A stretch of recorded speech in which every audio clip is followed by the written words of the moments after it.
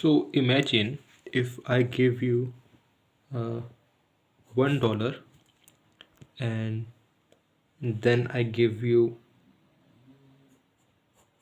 $half and then I give you 1/3 dollar and so on. So then after some time I'll give you $1/100, and then if I keep going like this, there will time come when I'll be giving you a very few dollars, say 1/10,000 maybe, and so on. I can keep on giving you less and less dollars. So in the end, what do you think, how much money can you gather in total? Any guesses? Well, you would think that there's only so much money I can gather this way. I don't think it'd be more than, I don't know, maybe $1,000 or maybe $10,000. You won't certainly won't think that these many dollars will make you much rich, right? But much to our surprise, this is very interesting. This is the one of the very few things that I learned. Uh, Actually, one of the few things that I learned in the beginning of my when I went to college and I started studying mathematics. This was very interesting. So it's interesting to find out that if you keep gathering this much dollars, you'll end up with infinite dollars, and that's very interesting. You would think that this won't be too much money, but as it turns out, this will be, you can gather as much money as you would like. How, you may ask? And I'll give you a short proof for the same. Okay, so before we begin, I'll just have to want you to notice something. So we have 2 to the 0 power is 1, 2 to the 1 power is 2, to the 2 power is 4, and 3 power is 8, 2 to the 4 power is 16, 5 is 32, 6 is 64 actually, and 2 to the power 7 is 128, and 2 to the 8 power is 256, and so on, right? So if I want to write this as, I can write in this term: 1, 2, 4, 8, 16, 32, and 64, 128, and 256, and so on. Of course, I can write a couple of few more terms, this and 124. I can't write 4 here, but yeah, okay. And the next thing that I want you to know is to notice this symbol. This symbol means I add up till k terms. This means 1 plus 1 by 2 plus 1 by 3 dash up till 1 by k. So all this term means just this. Okay. Now we are beginning to see the proof how through this you can gather as much money as you would like. So okay, so this, okay, proof. This was very interesting to me when I first found out this. I was really blown. How can I end up with infinite money through this method? Okay, so see, 1 plus half is obviously greater than half. This term is actually 3 by 2, and 3 by 2 is 1.5, which is greater than half, which is 0.5. Okay, now I'll write 1 by 3, 1 by 4, which is greater than 1 by 4 plus 1 by 4, which is equal to half. In a similar fashion I would go on. Now I will write 1 by 5. See, 1 plus 1 by 2, 1 by 3, 1 by 4. Now 1 by 5, 1 by 6, 1 by 7, 1 by 8.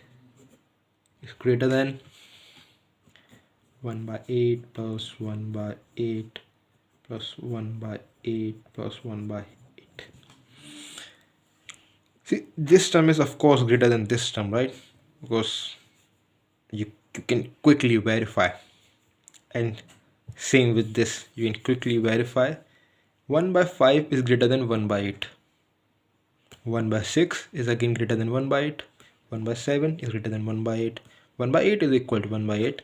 So the sum of all these will be greater than sum of all these. And same explanation for this thing as well. 1 by 3 is greater than 1 by 4. Okay. The sum of all these will again come out to be 4 by 8, which is half. Okay. Notice something.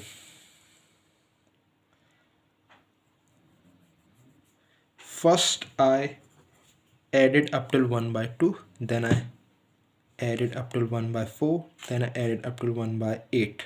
Now I will add up till 1 by 16. I will start from 1 by 9 and I will go on up till 16.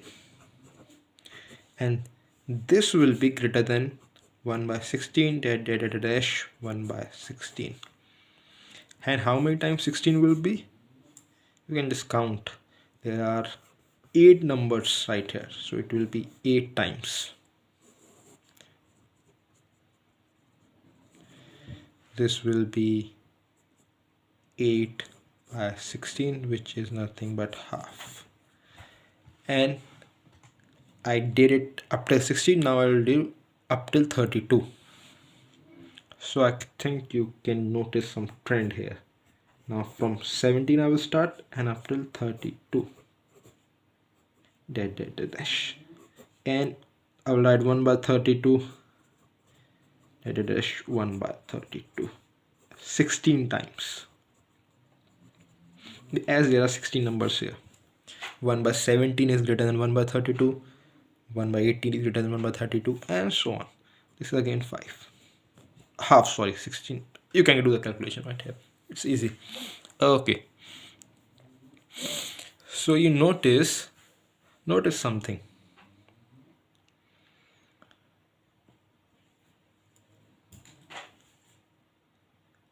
Start with this. S2 is greater than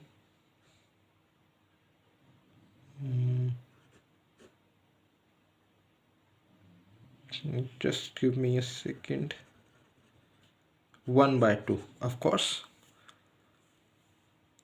Let's call it 1. I can write 1 as S2, and I remember SK is nothing but sum up till kth term. So S2 is nothing but, I can write S2 as sum up till 1 by 1 by 2, and which from here I get is greater than half. Okay. And from when I add 1 and 2, 1 plus 2, I get S4 is greater than 2 by 2.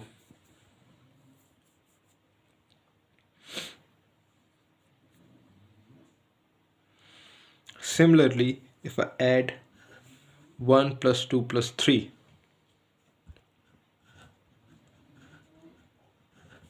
I get S8 is greater than 3 by 2. And similarly, if I add 1 plus 2 plus 3 plus 4,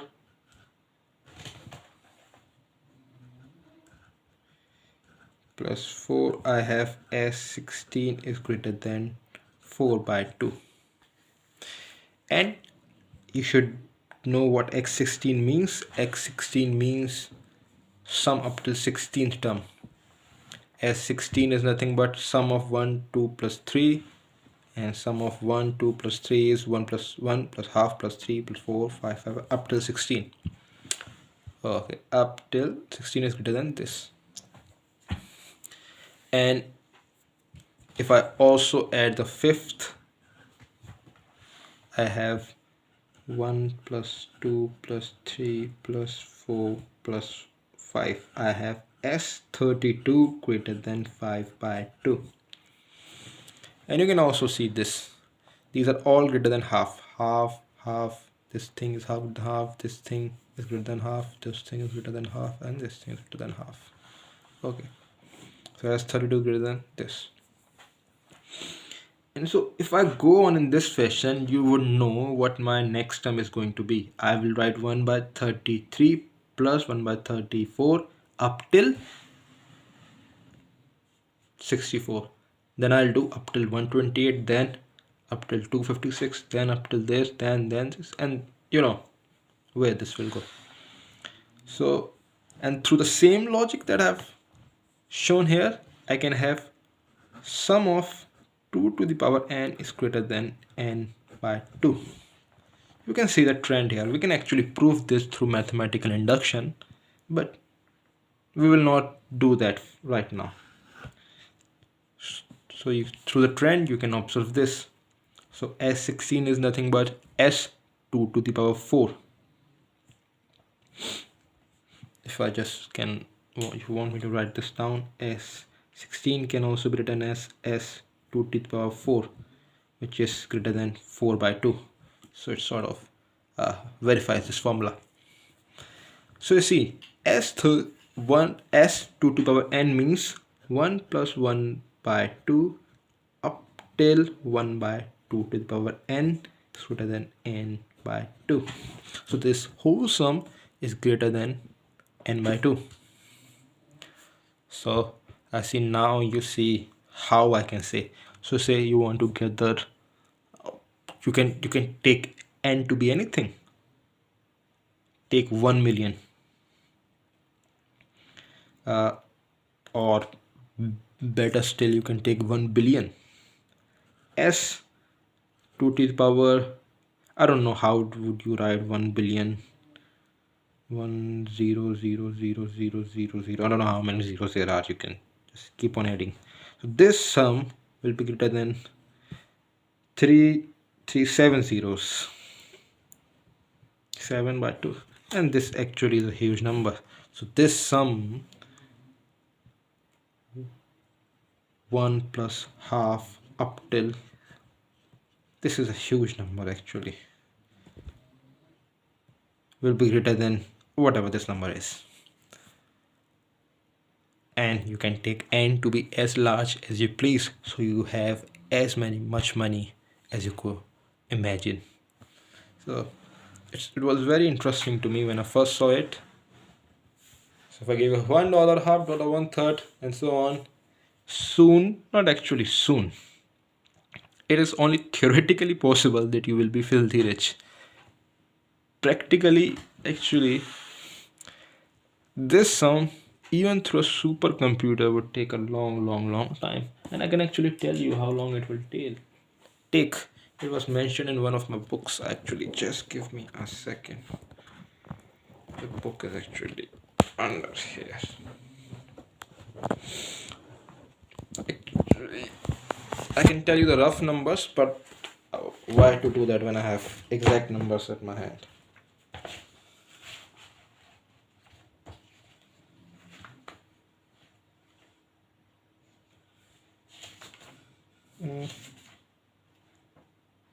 Just give me a second.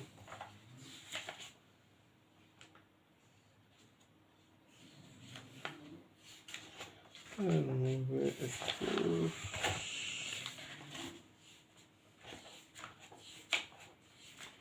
Well, I can't seem to find it. Yeah, here is it. So here you can read it.